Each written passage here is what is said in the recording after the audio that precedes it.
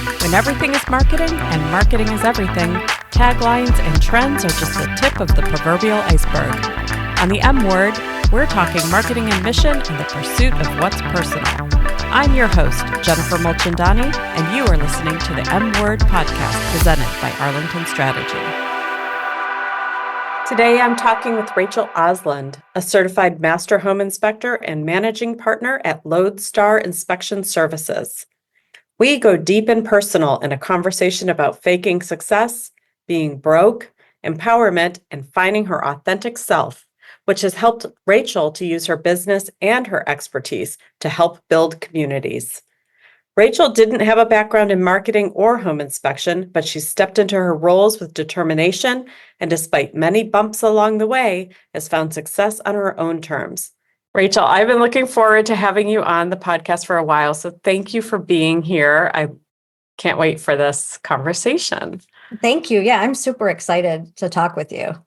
So, I want you to set the stage a little bit because it's not every day. I think there's a perception perhaps that folks in home services, it tends to be more male dominated, at least in my history or, experience here. And how did you come to be the entrepreneur, owner, founder of a home inspection company?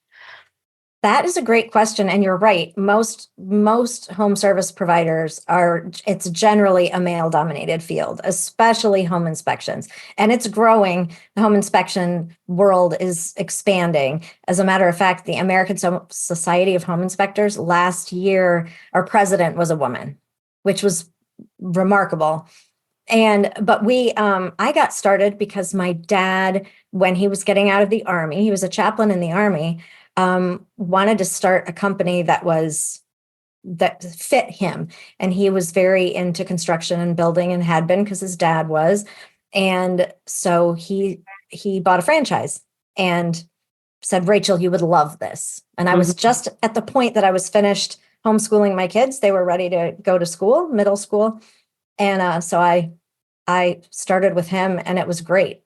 And I just loved it. The education, the detail orientation, the connecting with people, new people all the time, being able to make a difference for people, just like it all fit. And then he was ready to retire.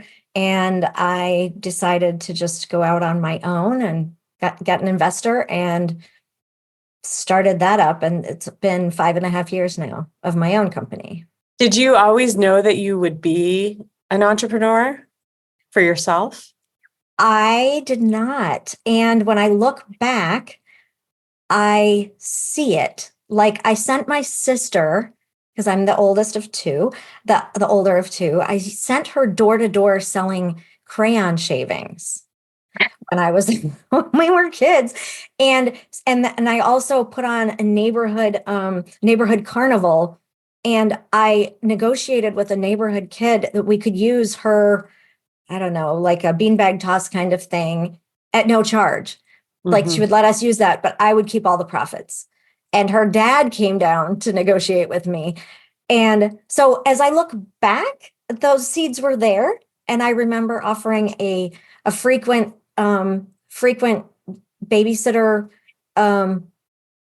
coupon to people. So I gave everybody that I babysat for an index card with 5 boxes on it. And after you've used me 5 times, you get 3 free hours or something. Like, my goodness. So early marketer, big promotion. Yeah. So it's funny because when I look back, I think I didn't want to be an entrepreneur. And I think it's been there from the beginning. Yeah. That's fantastic. Now, I know when we chatted initially, so you make it sound very simple. I got an investor and I started my business. But you shared that you were pretty quickly sued by a franchise that your father's business had been involved with for infringement. And so, I mean, how do you overcome that so early in your own business trajectory? How does that not become like I guess that didn't work? That's a great question. So if I were doing it again, I would do it differently. And I There was something about making the decision to not take over the debt that my dad had incurred in his business, which was crippling to me. I didn't see a way out of it. And taking over his business was not going to be taking over. It was going to be buying the 3 new franchises again. And that company is fantastic. And I still refer people to them around North America. And I share with them, talk with them all the time, but not at the corporate level. But they were fantastic. So when I realized that it wasn't going to work for me to buy 3 new franchises and take on all my dad's debt, it was like, what am I going to do? And I started to shake. And we were in the lawyer's office for the bankruptcy that my dad was going to file for his business. And then I was going to basically buy it out of bankruptcy. And it was like, wait a minute. What if I just did this on my own? So my dad and I left and we went to Panera and had a conversation, and I was shaking. He's like, if this is what you want to do, this is what you need to do. And I didn't even know where to start. So I called a friend who's a really great entrepreneur, Kate Ladon, who I met through Landmark. And she just said, call this guy, call Neil Roseman, he'll know. And he's a lead paint inspector and has had his company since 2005. And I've been referring people to him, but didn't know him, just knew of his business. And I called him and he was like, I think I called him and we met the next day and had a handshake agreement. And I think what was the whole catalyst for it all working? To be a partner, you mean? To be a partner, yes. Yeah, to join you in starting a new venture. To join me in starting, yes. Thank you for clarifying that. Yes. So I called him and said, this is what I want to do. I want to start a home inspection company. I don't know what to do. I don't know how to run a business. I've been, basically marketing and doing home inspections. I don't know how to run a business. However, I want to try it. And he said, and I said, and I need I don't know what I said, like $100,000. And he's like, well, I don't know why you would need more than $2,000. That doesn't make any sense. And I said, well, let's meet and we'll go over what I'm thinking. And so we met the next day and we had a handshake agreement then to just start the business, and he would do all the finances and I would run it. And it would just be, let's grow this and see how it works. And what what happened was when I made that decision, that choice to just take an action that was actually going to positively impact my life somehow, but get me out of that feeling of there's nothing under my control in this business and I'm never getting out of this debt, however hard I work. Like once I made that decision, things fell into place. So, it was not, now, fortunately, this investor was not, he had no issues with risk. There was not a financial problem for him, and he loves to start businesses. So when we started the company, it was just, here we go, and this is what we'll do. And when we got sued, it became like just another thing to deal with. It was just a business problem. It wasn't an emotional sort of wall that got put up for you. Right. And because of that coaching that I got from him, that nothing's insurmountable. Just this is what happens in businesses. Businesses get sued. People get sued. You just go step by step, and here's what we do. And so, but the major part of that, because it's very scary when you get served papers at your house and you just and there was a part of me that was nervous, but there was also a part of me that was like, okay, but I've got this. And there's such a freedom in having chosen. Like I had no problem sleeping. I didn't like it because I had liked the franchise people. And so I wasn't comfortable with, I don't like there to be any negative emotions. Like the confrontation on a human level with them. Exactly. Right. So you mentioned that your partner had, a risk tolerance that was, just very bold, but like, did it fit your risk profile? Like, were you embarking on all of this? Was the concept of failure or risk, something that you had to grapple with, or did it not cross your mind? Well, you know what? That is a fantastic question, and I love it because I'd been living on the edge financially for so long that without any control, like I couldn't impact my financial growth because there was so much other stuff beyond my control with the business, that when Neil and I started working together, and before I even started the business, I was nervous, but I'd been living on the edge financially. So, I mean, we had gone to our conferences. One year I was the MC at a conference, and we didn't have the money to pay for the hotel to be there. And this is when you were working for your dad or running your own business? I'm sorry, with my dad. I'm jumping Okay. around. Sorry. No, it's not. I think this story actually. You told me this story. You told me this story in the context of us talking about what is success Mhm. and what is authenticity. And you said, there is fake success where everyone sees you as doing so great. And this story, I think, is emblematic of exactly that. You're invited, you are speaking, you are the expert on stage at a conference in your industry, and you're not able to afford the hotel room you're staying in. Right. It was, and that is like, it puts up it creates a huge limitation for intimacy with other people and building relationships, because there's always this secret that's there. Or for me, that's what I experienced. And it was like, I was dating my husband, who was my boyfriend at the time, and borrowing money from him, saying, can you pay for the hotel? Can you pay for the flights? Can you pay for dinner? Like all those things. But there are people coming up to me to ask me questions, and we were number 4 in North America. Like we looked like we were doing great, and the numbers on the back end were they didn't work. So there was no profit, and we were losing money all the time. So I gave this illusion of success and didn't feel like there was anyone I could say that to. Right. Because people come up to you all the time. This happens to, I mean, not just me. This happens to everybody I see at networking events. How's business? Oh, businesses. And for those listening, I'm fake smiling with, Right. Holding up my cheeks. It's business is great. Oh, wonderful.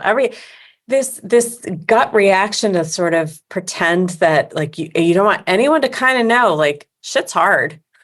and maybe business isn't really good. I still am an expert in what I'm here to talk about, but like I don't know, and maybe we won't ever get to a place where entrepreneurs will go on stage and be like, I'm here to tell you how to build a successful business, but mine's in the toilet.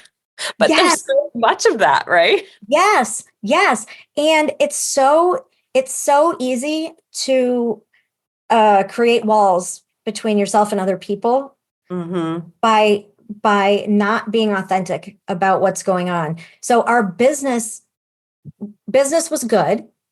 We were doing very well from how many inspections we were doing and growing how much we were making.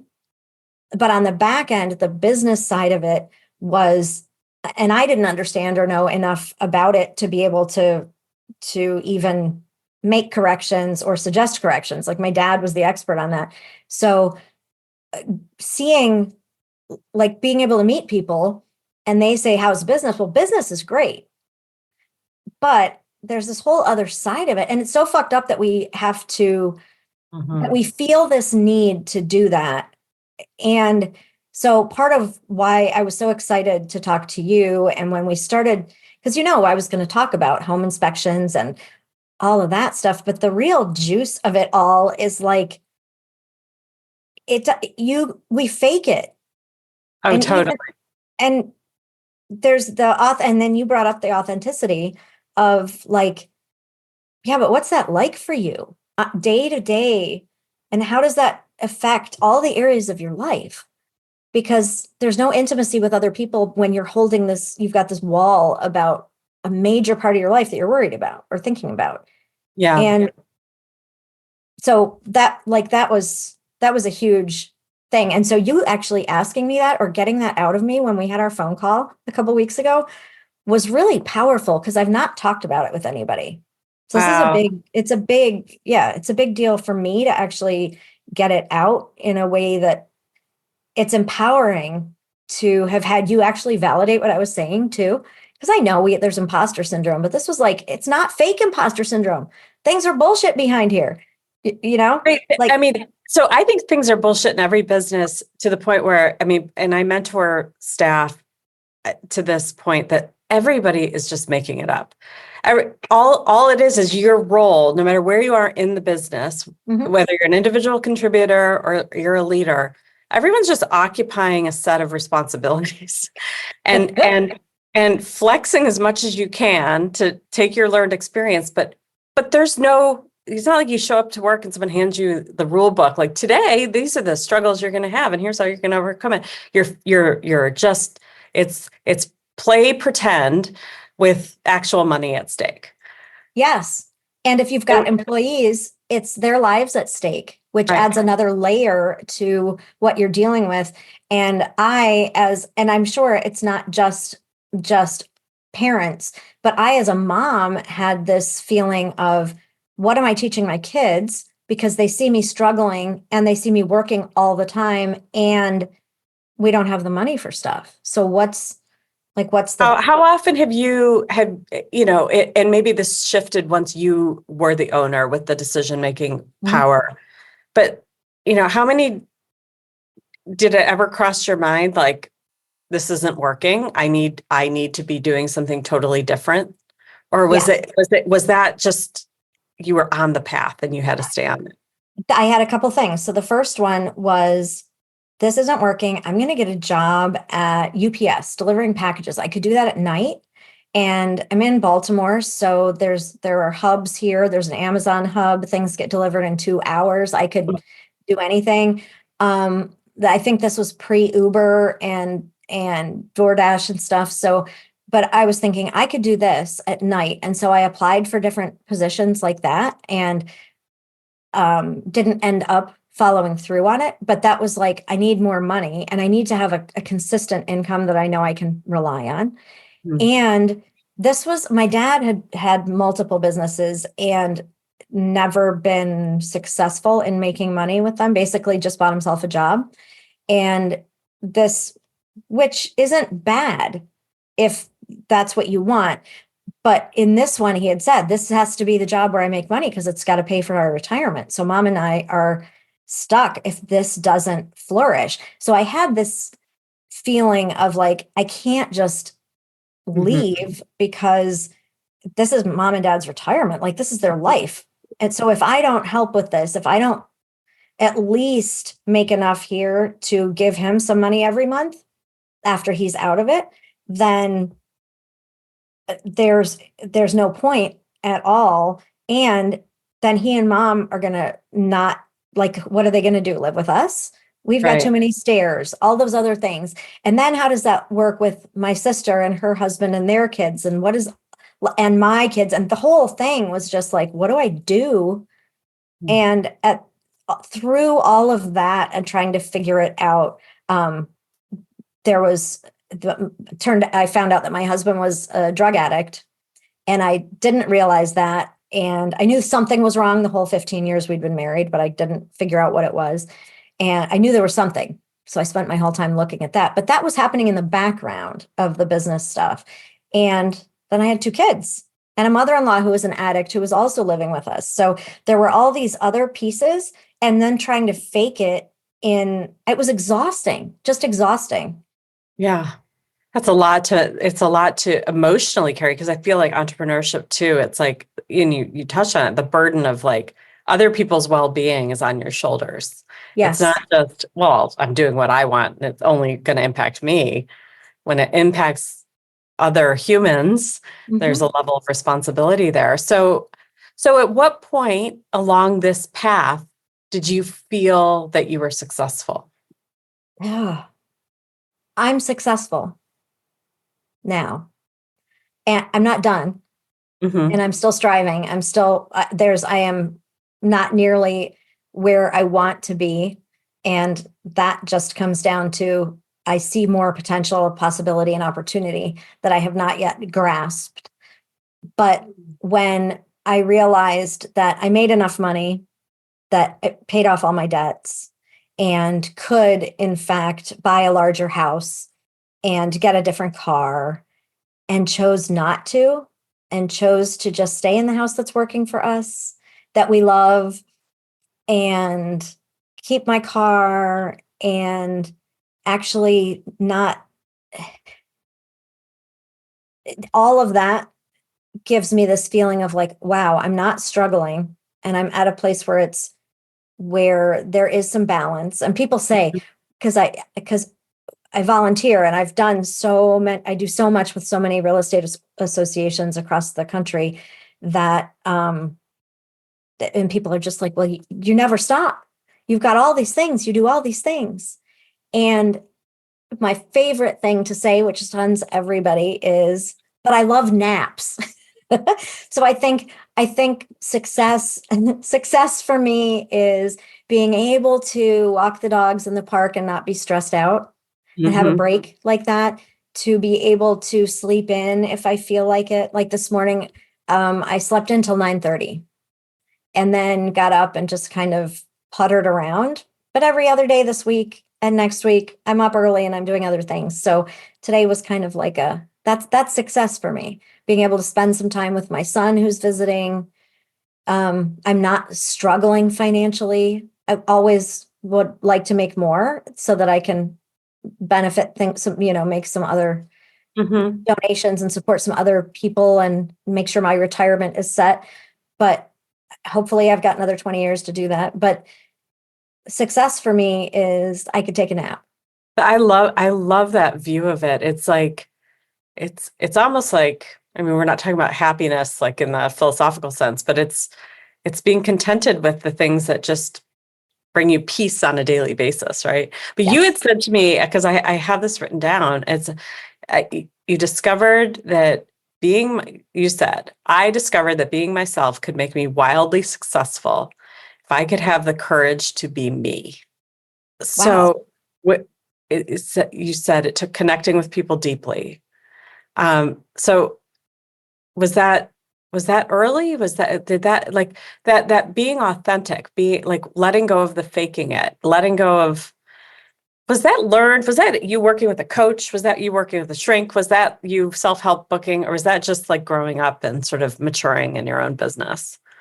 It was a combination of growing up, maturing, and I still do courses with Landmark Worldwide, which has totally transformed my relationships and with other people and myself.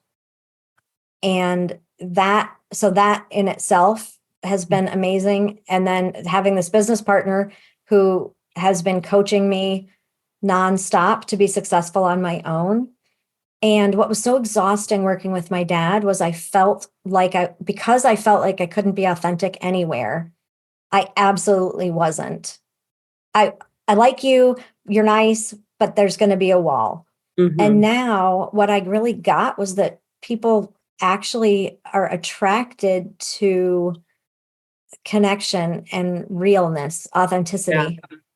And so if I can drop the F-bomb in a conversation, or someone apologizes for saying fuck, and I can go, "Oh, my son's a Marine. We pass the fucking mashed potatoes at home." Like there's an openness that's there. Or Yeah. just acknowledging all the things. And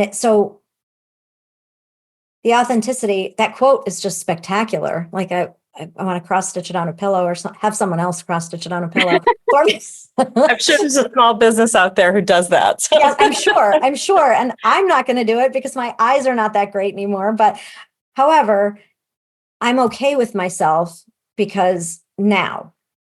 in a Yeah. way that I've never been before, because I don't feel like I have to fake it. So I'm curious how that sort of like authenticity that you discovered in yourself relates to how you project in your business the why, your why. Why are you in this business? And you've talked about, you know, home ownership as a pathway to generational wealth. I mean, that's something it's common knowledge, if you will. Mhm.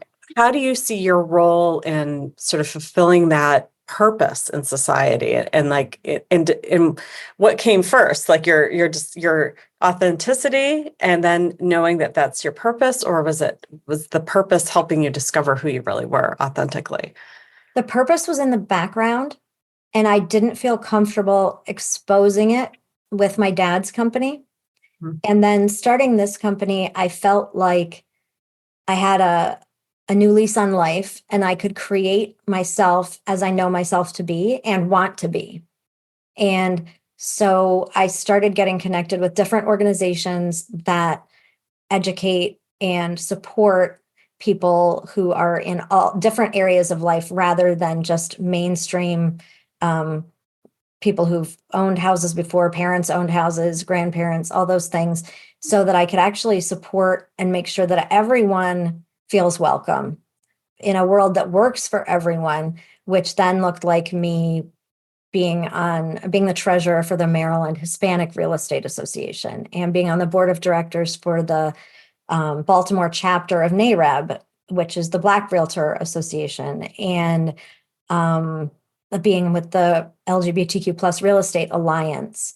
And just I got invited to help start the American Negro Woman Association of Howard County, Maryland. The Well, and for those listening who might not know why that might be oh a curious thing, is you at least present as a white or yep, Caucasian woman, right? yep, yep. I am white. My family is from Wales. So I mean, yeah. And so someone came up to me and asked me if I would help them start, a realtor came up and asked me if I would help them start an Arab American Realtor Association. Mhm. And to me, that was super powerful just simply because they saw me as a resource that was actually going to be able to help them with that. And what it does for me also is it feeds my soul to be able to connect with people. And then if I can teach you how to maintain your house, you're going to take care of it a little better. And then when you go to sell it or give it to your kids or whatever you're going to do with that house, it's in better shape. And so the value has gone up, and that has created more equity throughout our society. And the authenticity was there. And then it was a flower blossoming, and each petal is um, a new avenue for me to just be open and create with people. So that, I love what you're saying, because it's sort of like, it's not just even allyship. I mean, it's really saying, I've got this power. You have this power to help people through your skill set in home inspection, home maintenance, and spreading it to communities well beyond where you might personally be situated is I think it's a testament always that the business has this powerful place. Mhm. If business owners would choose to use their power, they can impact communities in such meaningful ways. It doesn't have to be so limiting. I think you're not Mhm. letting it limit you. You're using it. Where can I spread it? I love that flower petal blossom idea. Thank I mean, you. so what advice would you have for another business owner who's listening to this and going, huh, um, how do I not, and I've heard this from clients when we talk to them about engaging in causes and things. How do I not look like I'm a poser, or that I'm sort of showing up in a place where, do I have a place there? Like how do you do it in a way that's respectful to the fact that you are there authentically and not for uh, and again, quotes, crass Right. marketing purposes, right? Yeah. Yeah. So the first thing is just to connect with people. because I got involved with NAREB in 2007. And that was with my dad's company. He was the national president at the time, a realtor in our area, a broker, and he invited me to be at some event, and it was so it got me started, and then I connected with more people, and then developed this comfort level that inched along for about 10 years. And then on my own, I was able to just allow those connections to grow. And that was the authenticity. And so I would say, if you are able to just be with yourself for a minute and get that what you have matters and who you are matters, and that you can make a difference no matter what you've experienced or however inadequate you feel. The connecting with people one at a time will get you in a position where you're actually able to make a difference and not feel like you're a poser. Sometimes I feel like, why me and not, like I said to the Hispanic Association, what you could do all of this in Spanish if you didn't have me here. Like, why don't you get another treasurer? Like, there should be someone else here. Like, no, we want you. This is great. We want you. You bring something. And so connect with human beings. And I love that. Yeah. There's something that we can connect with every human being. Like me listening to your voicemail and saying, are you from the Midwest? Like, I hear your accent. Yeah. There's something. We all have a nose. You can connect on noses. I mean, it doesn't matter. Right. Connect with someone in wherever you want to be. And then you'll be able to build on it. Right. I love that. And that's such a great way to sort of close out this conversation. And, whether there's a connection to this question or not, I warned you it was going to come. Yes. Barbie, Ken, or Taylor? And for know. those who dare ask who I mean by Taylor, shame on you. Go read my blog. So. Yeah, if you don't know Taylor, she's got a blank space for your name. I say Taylor. I want some sparkle. I want some love. I want to be glamorous and gorgeous and down and dirty. And I want to be free to be me and have an impact. Yeah, I love it. Thank you for that. So to let our listeners know, Rachel, if they want to learn more about whether it's your trainings that you give on, learning how to take care of your house, or they need to hire home inspectors, or they need referrals, where should people look for you? They can go to my Instagram, which is silly, but it's at Unicorn Inspector. It's my one little nod to silliness, at Unicorn Inspector, or at LodeStar Inspections on LinkedIn, YouTube, LodeStarInspections.com, and you can find me easily, and I'm happy to connect. I also train, have started doing some coaching of home inspectors who are looking to make a difference in their communities. And so yes, I'll do home inspections. And I've also like home inspectors who want to get started and just want some ideas or want to bounce some ideas off. I'm always available for that. I love it. That is fantastic. And we will put those links that you just referenced in the blog notes, so folks listening can look for them there. Thank you. I should say one more thing. I'm so sorry. Okay. Yeah, no.